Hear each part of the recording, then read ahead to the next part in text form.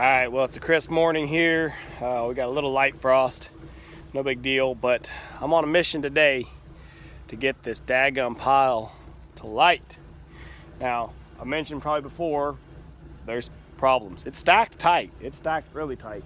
Most of what you see on here that looks kind of just twisted and nasty is stuff that I've thrown on as we had a fire going. But anyway, all this end underneath here is all those wet stumps that I dug up. So they're spongy wet stumps. Everything over here is the greener stuff that we've been starting to clear and stacking up. But I've got the whole arsenal today, okay? The only thing I don't have is like a big straw bale or something that'll burn for a while. But I've got my propane tank with a weed burner. I've got a bucket of diesel. I've got the leaf blower. And the leaf blower is key. Those of you that don't understand this, right? Fire needs three things: fuel, heat, and oxygen. Last night we were down here trying to get it to light. Had a little spot just smoldering, just barely burning. Grabbed that leaf blower, started putting the air to it, had it blazing in a minute. I mean, blazing so hot I couldn't stand by it. But walk away, take the air off, and it burns out again. So you have to be able to hold the air on it long enough that it will catch up and keep up. Eventually it'll get so hot that it will start to actually create natural draw, and it'll start sucking more air in from around it, and that'll help. Once it gets to that point, you're good.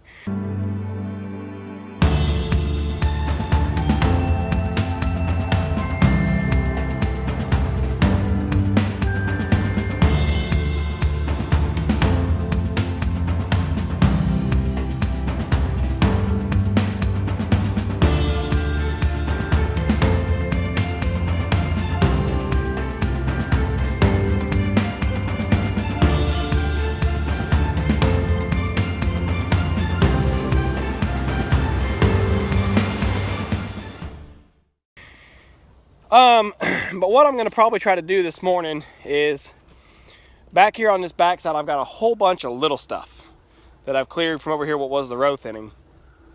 So I'm actually going to take all this little stuff back off the face of this pile and just kind of sort it to the side for right now. Get my fire going in here, deeper into the pile as much as I can get. And then once I get that fire going, start setting this little stuff back in against it. And hopefully that'll be enough that I can get a really good hot fire on this side. And if I do, then I'll start grabbing stumps and stuff. Of course, I've still got more debris behind me, so I'll start grabbing more stuff and throwing it on top. And if we can get those stumps up on top, get them burning, get the pile starting to fall in on itself, it's really going to go and it'll be no problem. So that'll be step one. Move this stuff out of the way. I've got Rosie warming up right now, so move this stuff out of the way, establish a fire in here, and then try to start building back against it. But we'll let you know as it goes. Well, I dare say we got it. I love a big fire. So honestly, I brought 5 gallons of diesel. I don't think I used 2 gallons of it. So again, the trick was just, packing it in tight and getting the air to it at the right spot. So I have my leaf blower, I have my weed burner. So I tuck the weed burner up under there and let it get going on a spot. And till it was really burning in that spot. And then we'll grab the leaf blower and try to start blowing those flames and that heat back more into the pile. And I kind of moved back and forth. I started it here, put it there, put it over here, brought it back here, and was just going back and forth. And yeah, finally I got it to catch up right here. And it actually once or twice acted like it was kind of starving and wanted to die. And that's when I threw a little bit more diesel on it. I actually didn't start with any diesel at all. I started with just the propane torch. But it was kind of wanting to die down. And so I threw the diesel on it, got to flare up. And then once I could see that it was burning on its own, I took the bucket and packed in against it to really shove it in tight. And each time I did that, man, it just flare up even higher. So it's really ripping now. I've been stacking stumps on top, but to be honest with you, it's so hot right now, I don't even want to get close to it. So I'm just about done clearing. I'm sorting stumps and tops right here. I'm sorting small logs to burn right here. So I'm getting everything close right beside the fire. And just each time it burns down a little bit and gives me an opportunity, I walk over here, I'll throw a couple stumps or a couple of logs on top and then run, because it's hot. So anyway, we've got her finally going. This is great. Now it's kind of, now there's an obligation. Now you have to stay with it. I mean, at this point I could walk away for an hour you know, barring the risk of it spreading, which it's dead calm today, so there's no risk of it, you know, blowing off into the woods. We've got pine litter all over, so if it gets over there, it'll go. But I'm not worried about it. Like I said, it's totally calm. And yeah, so I could walk away from it now for probably an hour and let it kind of burn itself down, and then come back and stir it, and it'd take right back off. So what I'm really looking for now is an opportunity. I want to start to grab some of this stuff that's sticking out the side and start pulling it over if I can, and getting the fire away from those trees. Originally I had a way to walk all the way around it, but it's just gotten, as we kept, you know, trying to get to light, we kept kind of throwing stuff here and there. So anyway, super happy it's ripping now. I really did not want to have this burn pile sit here, because it, you know, if it sits and then it just, I don't know. Plus it's in my way. This is where the topsoil's got to go. But fire's going, thank goodness. And like I said, the trick to it, just air and fuel in the right spot. You know, it just, some people I've seen, you know, they'll build a huge burn pile like this and go, okay, throw the diesel on it. They'll throw 10, 20 gallons of diesel on it, and it'll flare up and be roaring for a minute, and they'll think they got it, and then turn around and it's out. You know, you're just burning the diesel.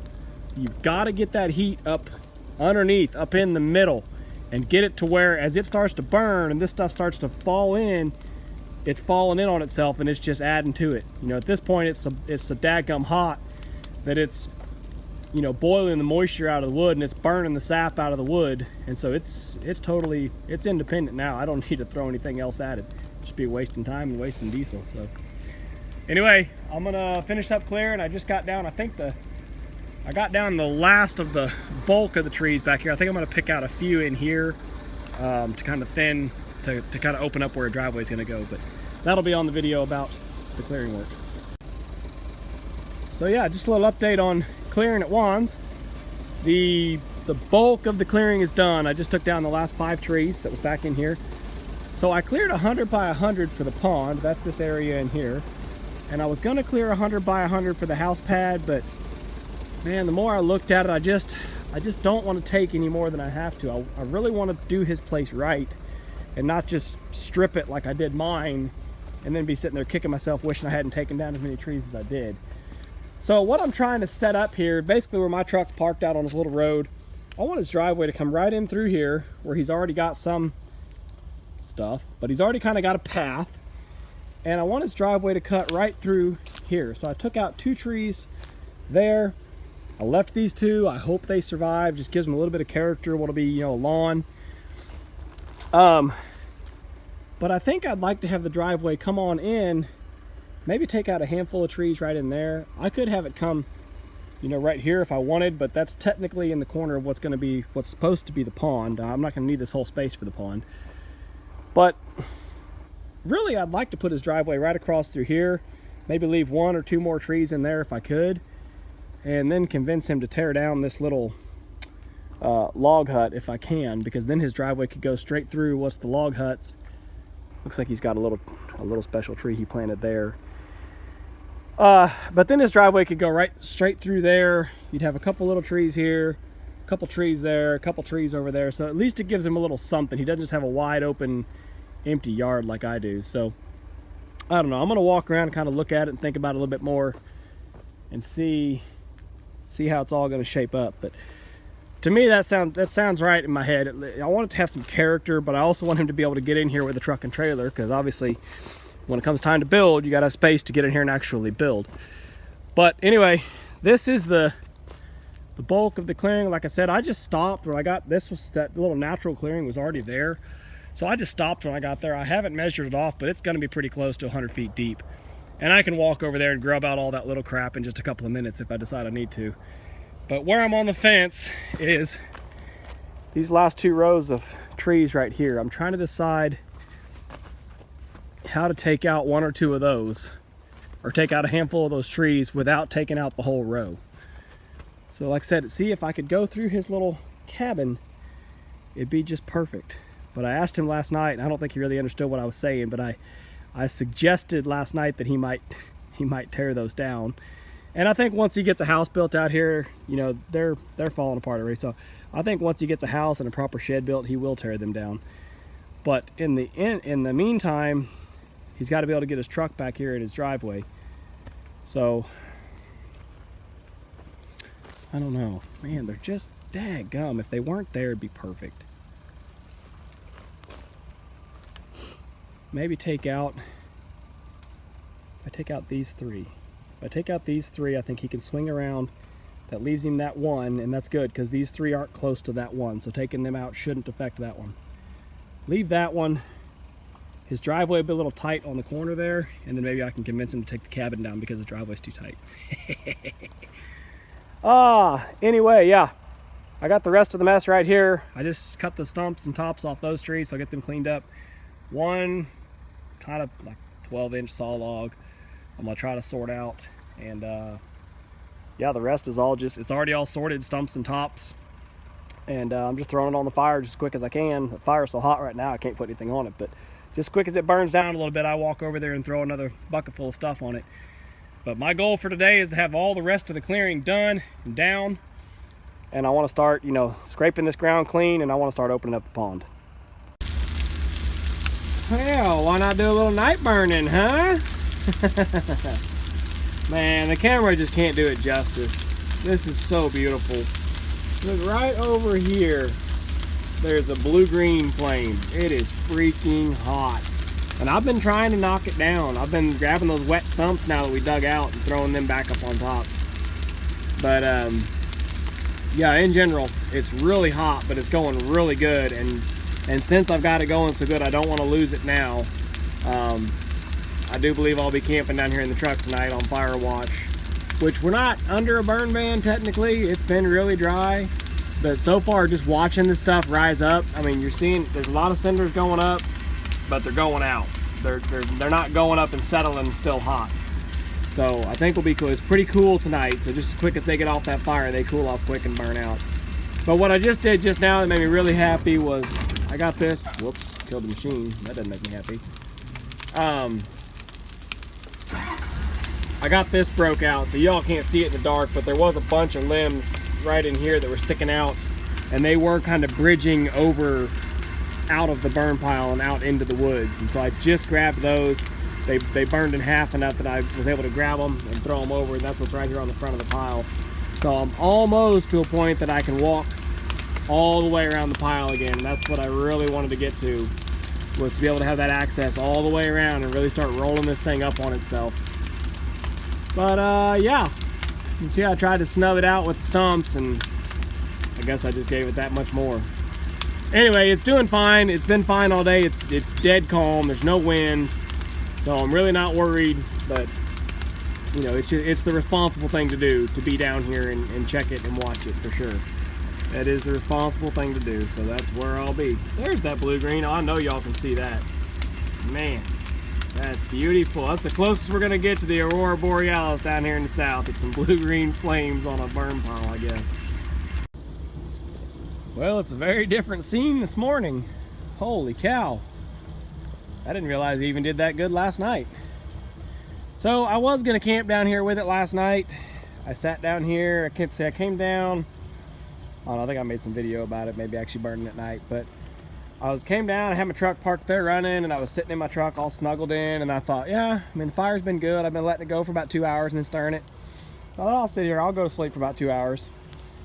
And then I thought, if I'm gonna sleep right here in my truck for 2 hours, I live like literally 100 yards up the road. I might as well go sleep in the chair if I'm committed to sleeping. So I went home, I slept for a couple hours, came back down, 2:30 in the morning, checked it, everything was fine, nothing was crazy. I didn't stir it then, I just left it burn, and you can see the mountain of ash and, you know, char that we have in there now. So today I think I'm gonna grab all this stuff right here, throw it on top to get it kind of flared up and freshened up again, and then I'll grab that wet stuff and get the rest of the wet stuff stacked up, and then I'm gonna spend a little bit of time just going around cleaning up. He's got, you know, all this old rotten stuff, and again, there's a stump here that I missed, and there's a stump here, at least those two. I may find more right here underneath this rubble. I'm not sure if I'll mess with it or not, but I'm at least gonna scratch up, you know, any sort of rotten debris I could find, all that stuff over there. I'm gonna try to get all of it on there and just really try to clean the place up, you know, just If I don't think it will happen. Put it that way. I may, if I can pick those metal poles out of there, get the rest of those logs. Those are small enough, he can make a little fire and burn those. I don't want to reach over there to try to pull those rotten logs out and actually knock the whole cabin down. So we'll avoid those. Ooh, a little skeeter trying to get on me this morning. Not too cold for him. Anyway, so we're gonna get it stacked up again and keep her going. Try to get all the burning done, and in between burning, we're gonna be digging on the pond.